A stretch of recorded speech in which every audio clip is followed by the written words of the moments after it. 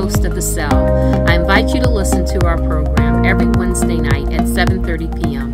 I would also like to thank you for listening to Community Radio on WGRN LP 94.1 FM, Columbus. I want to thank our listeners for tuning back in. We are getting ready to listen to part 3 of Dr. Pal Desai, who works at the Ohio State Comprehensive Cancer Center, on our discussion about sickle cell disease. If you happen to miss part 1 and 2, I ask you that you please go back to WGRN 94.1 and log into the archives of The Cell. So I ask you to please sit back and relax and continue to enjoy our discussion with Dr. Desai. Annie, do you have any other questions that you would like to ask Dr. Desai? Well, this has been an issue, ER and charting and, like she said, staff one day and, where you don't look sick. So that's the most common issue that, our adult patients face because, again, coming from the pediatric world, when you go into the ER, the goal is to get you where you need to go rapidly. Going into the adult ER, it's a whole different animal.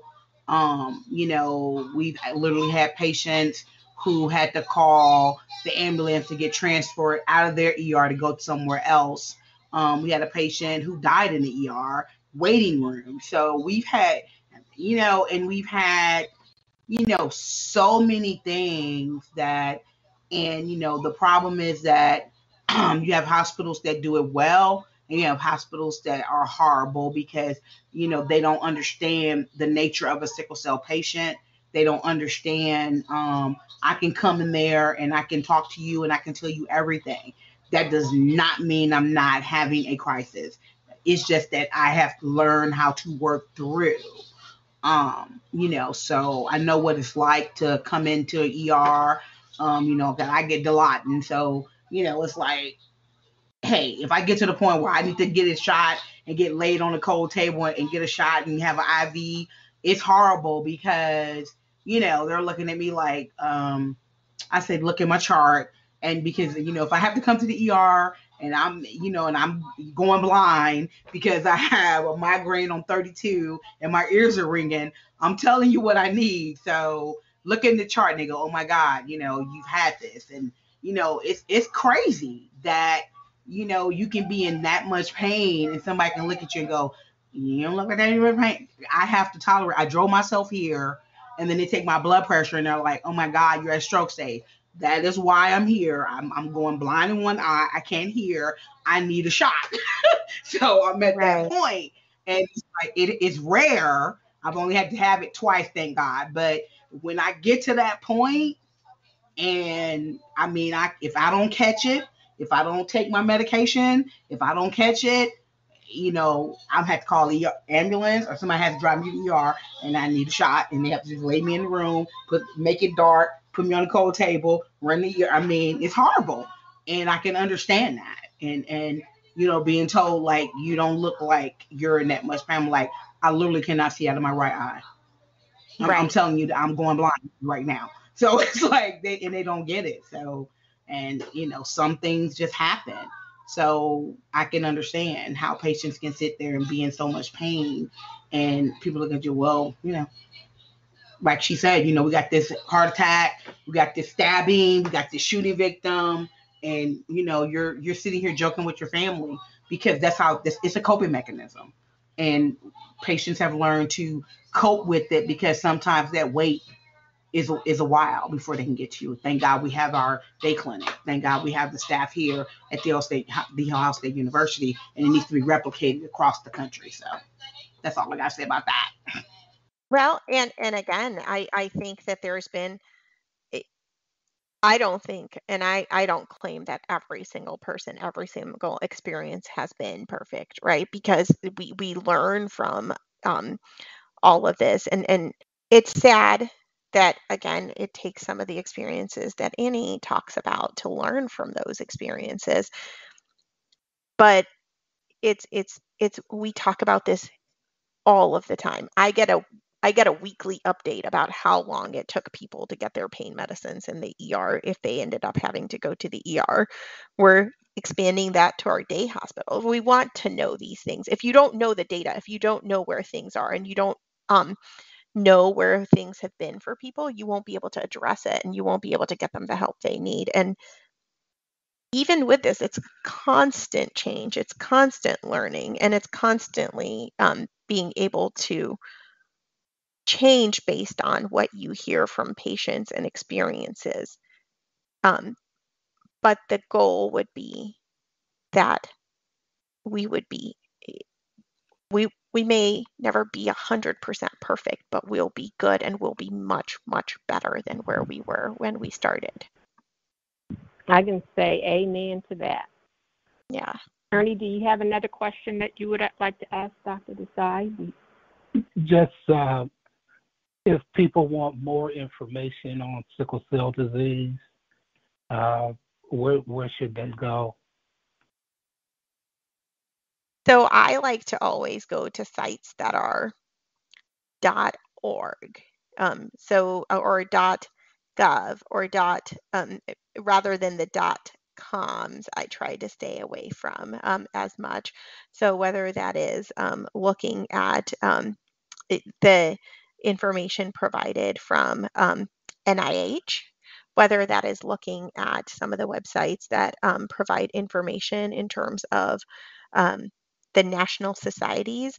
I think that actually the person I would ask is Annie, with all of the connections with the Ohio Sickle Cell Health Association and the Sickle Cell Disease Association of America, because that is what they do so well in terms of being able to help and advocate for patients, and being able to bring information and educate our patient population. So I'll actually ask Annie to help me with this one.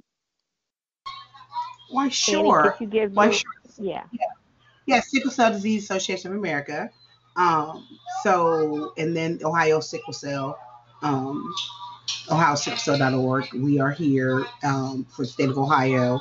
We are the national lead here in the state of Ohio. And then, I tell people all the time, Google, look at the facts, go to the Center for Disease Control, because sickle cell disease, we have a whole page on the Centers for Disease Control and Prevention.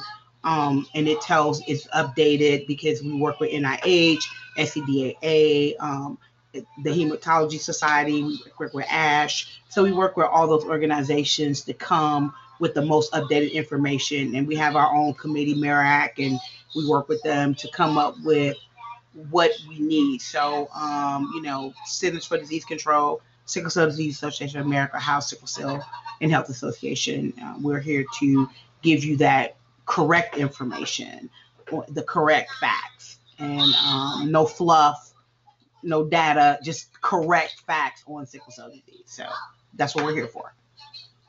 Thank you, Annie. Thank you. Yeah. Yeah.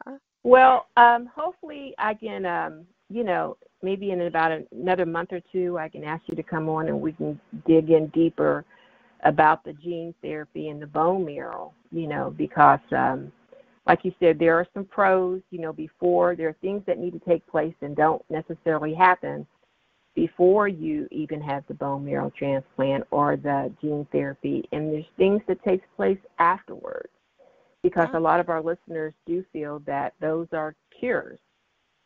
And they are. They are. Well, they read it as the first line. Yeah. That is 100% cure.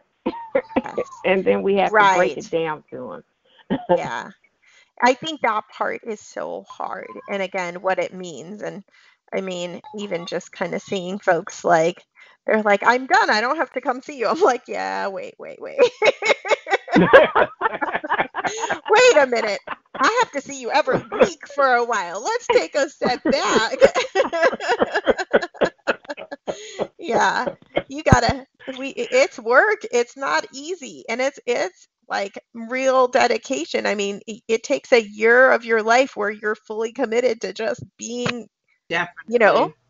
Yeah. My mom had a bone marrow transplant, and my mom had a bone marrow transplant. She had to go in. They had to, crack her hip, get the marrow. They had to give her all these injections to increase. They Right. harvested, Woo! and then she Oh, got her that bone hurts. marrow back, and she's only at 20% production. So she still is not. I mean, even with that, after going through that and going through all that painful stuff, and she still has to do her chemo, and then she has a different cancer where she's doing radiation. So it's just hard. It's been horrible. I mean, for her to go through that, because her body would reject any of us. Her body wouldn't take anybody else's. So they had to harvest. They had to inject her for weeks to harvest her cells. She had to be at a certain cell count for them to take it out. Oh my God, it's just horrible. It's horrible. So to go through that, and it doesn't work. So that's just the Yeah. worst part. Right. That's the Right. worst part. I think that part is really scary, right? That you could go through all of this.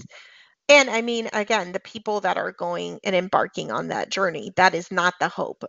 Even if they say they understand the possibility, that their hope is that, as it should be, is that they will not Yeah. be that person, is that they will be the person that is cured, and that they will not have to suffer, and they will hopefully be able to,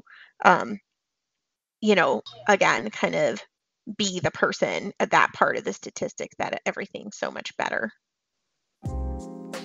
If you guys excuse me for a minute, we need to take an identification break.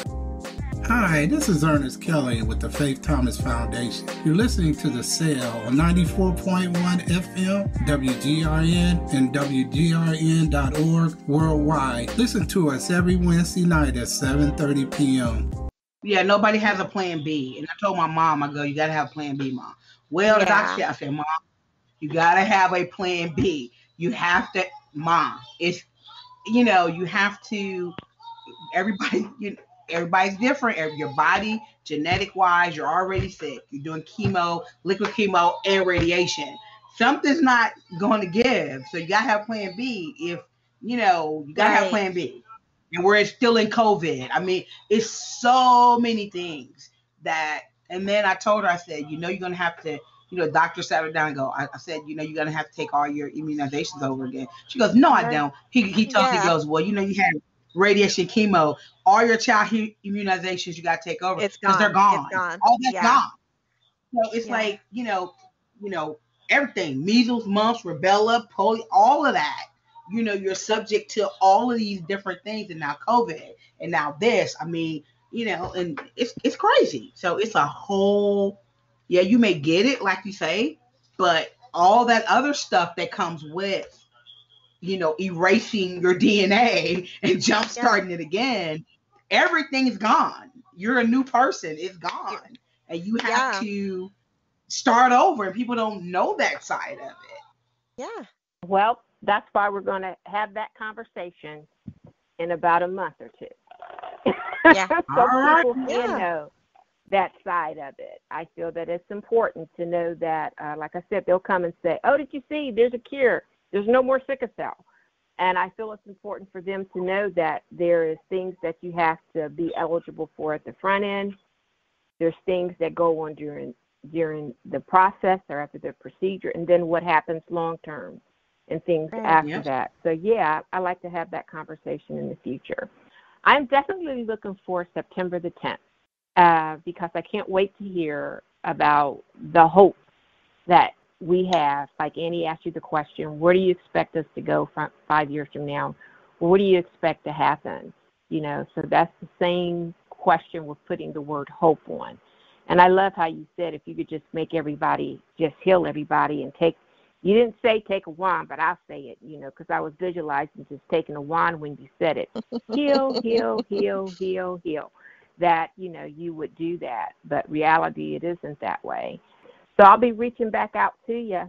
And I'm going to have a wand at the podium for you, Dr. Desai.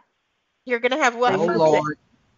A wand. Oh, goodness. A wand. So oh, my. No, yeah, no, so no. Oh, my goodness.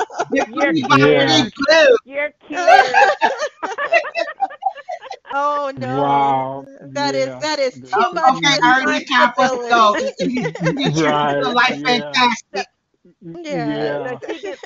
So she can be, you know, a healer with that for a whole good minute and it feels Oh good. my Everybody gosh. cheers. Oh, okay, Dr. Desai. Dr. Desai Right. said she not coming.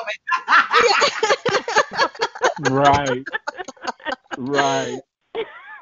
Thank you. Thank That you was all. really nice. Yes. Thank you. Thank you Yeah, Yeah. she all. was real nice to us because you were on the phone. She let Oh us my talk. gosh.